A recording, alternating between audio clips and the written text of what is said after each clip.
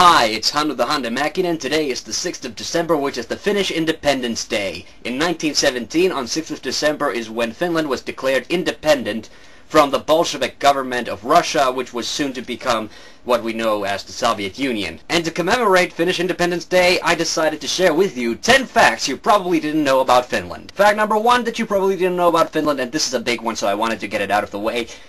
Finland has prescribed military service for all males between the ages of 18 and 28. And, of course, a voluntary service for women. So basically what you do, you get assigned to a garrison between 6 to 12 months in some form of military service. I was intelligence and then guerrilla, and then I dropped out. Now, if you are a pacifist or just think that military sucks, there are 5 different ways of getting out of military service. One is to be born in the province of Åland. Second is to be born Jehovah's Witness. Because of a technicality, you have to take a military oath, which you either have to take where you have to vow your service to God, you know, if you're a Christian, or to the flag of Finland if you're non-religious, and of course Jehovah's Witnesses won't do that. Number 3 is the only other alternative to military service, which is civil service, which is the only reasonable option, but it's not fair by any means, because regardless of your circumstances, you're going to serve 12 months. The 4th option is jail, and depending on whether you were assigned to civil service or military service, or if you wimped out of the recruitment process, then you're going to serve 3 months, but basically it's half the time you would have served in either civil or military service. The 5th way out, and this is a little tricky, it involves lying. It means convincing the recruitment board that you are mentally ill. And yes, people actually do that, and they do it successfully, which is pretty weird. Fact number 2 you probably didn't know about Finland is that our second official language is Swedish. But it wouldn't come as too much of a surprise to you, because for a couple of hundred years we were under the rule of the Swedish crown, and until really the beginning of the 20th century, all the upper classes spoke Swedish. Really, it wasn't until the 20th century that the position of Swedish became a little bit more frail. I mean, it's protected by law, and there are Swedish-speaking minorities in large groups and collections all around Finland. But what it also means is that people have to study Swedish regardless of whether or not they want to. And what I find really weird is that we start Swedish at 7th grade and we start English at 3rd grade, which I think is completely ass backwards. And my personal opinion is that no person should have to learn another language other than their own if they don't want to, and that goes for both Swedish and English. But at least we don't need to get certified that we actually know Swedish if we want to get into a university like we used to. Fact number 3 you probably didn't know about Finland, and this one is pretty sad, is the fact that until recently Finland had its own postal service, but not anymore. The reason? Cost. The solution? We got united with the whole pan-Scandinavian postal service, now of course the cross-Nordic postal service of Itella. And it's pretty pathetic, especially when I tell you what fact number 4 is. Fact number 4, the Finnish airline service Finnair is actually owned by the government, which is incredibly sad because Finnair is this ginormous, expensive behemoth of fail. As I speak, there is a stewardesses strike going on, and if you have to think about, you know, why is Finnair in such a shitter right now? One flight on Finnair costs about the same amount as 10 flights on a cheaper airline back and forth. So yes, the government keeps flushing taxpayers' money to support an airline that doesn't make a profit, but they can cough up a little dough so that we would actually have our own independent postal service. Fact number 5, well, I told you that Finland declared its independence from the former Russian Empire, soon to be the Soviet Union, and after that Finns were a little hazy on what sort of a government Finland should have, because we'd been ruled by the Swedish crown for a couple of 100 years and then by the Russian Empire for another 100 years. Obviously, Finnish people thought, hey, let's make a monarchy. And we actually went so far as to declare a king who was from a German family of aristocrats. We actually made a crown for him and the sphere of power. But thank God, Marshal Mannerheim showed up he was made regent of Finland, and he said, okay, slow down. First you need a constitution, and I think it would be better if we were a republic instead. And to Mannerheim's credit, he didn't stay regent forever. As soon as the constitution was made, there was an election, and somebody else was elected president, and Mannerheim went off to do something more worthwhile. Fact number 6. Finland was ruled by the same president for 4 terms. Urho Kaleva Kekkonen from 1956 till 1982. Now, to Kekkonen's credit, he did keep us in good terms with the Soviet Union during the 1970s, but at the same time, he's become a popular source of criticism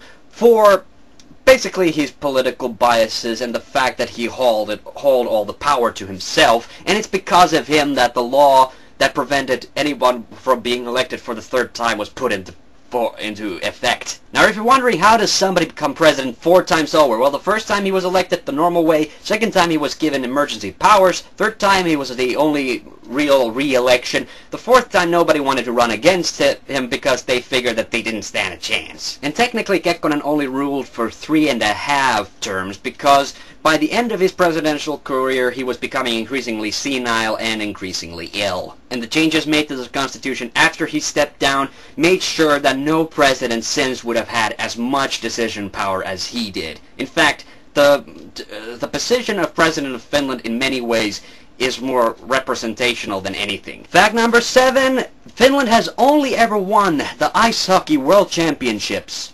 once, and I will remember forever the year when it was. 1995, and I'll remember it forever because nobody would shut up about it when it happened. And I think it was more important to Finns that we actually beat Sweden in the final than anything else, because of course we all hate Swedes and think they're all fags. But it is notable that we only ever won the Ice Hockey Championships once because we've never come that close. I think we've come second like a couple of times, but really, I don't give 2 shits about ice hockey. And everybody knows the only sport the Finns are really good at are motorsports. Fact number 8. This is snus, or snuff. It's a tobacco product that you stick under your lip. It's really nasty and it makes you look like a chipmunk, and it's also illegal in Finland. But it's not illegal in Sweden or in the province of Åland, which means people always bring it home when they go on vacation in Sweden or Åland. In this country, it's considered a sign of being a bad boy, and it's a common vice of ice hockey players, as I mentioned,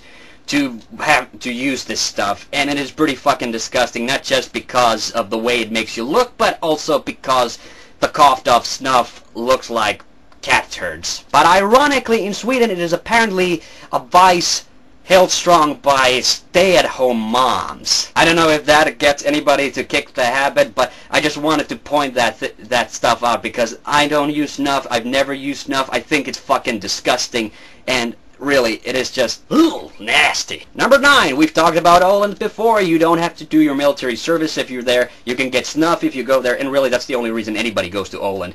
On top of that, they speak Swedish as their first language, and they're demilitarized. But it never really occurred to me just how seriously people took the demilitarization of Åland. I mean, the reason it's demilitarized is because it's smack middle in the sea areas between Finland, Sweden, Estonia, and Russia. Yep, Russia doesn't really have ocean area, but let's play along. So like I said, it never really occurred to me how seriously the demilitarization was taken until a couple of years ago when I think a retired military officer and a couple of his buddies went over there, and this caused a major crisis in the Ministry of Defense. Okay, so the other guys that were hanging out with them were probably serving in the military, but the fact that even military personnel, even on vacation, are not allowed to go to Åland, I think that was just freaking weird. I guess people thought that they were sort of planning secretly to build like a missile base over there or something, but really, all they were probably doing there was buying snuff. Finally, fact number 10, and this one is going to come as a bit of a shocker to you. Okay, not so much the fact that Finland does not actually have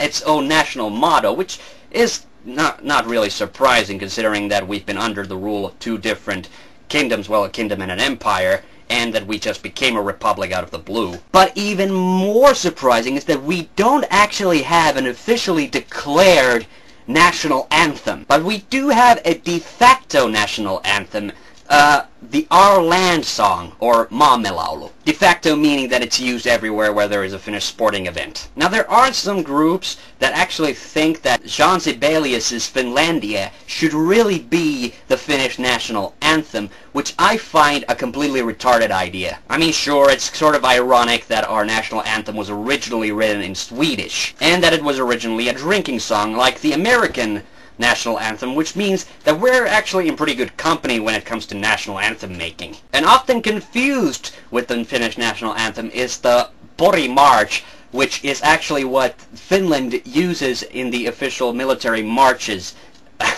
Because even though we have such a small and pathetic military, we still feel the need to parade it around. But I personally like our national anthem. It's simple, it's easy to remember, and it still sounds fairly celebratory. And that's this list of facts. See you on the next one. Oh yeah, and if you want to share some weird facts about your own country, put them in the comments section. Oh yeah, and happy Finnish Independence Day.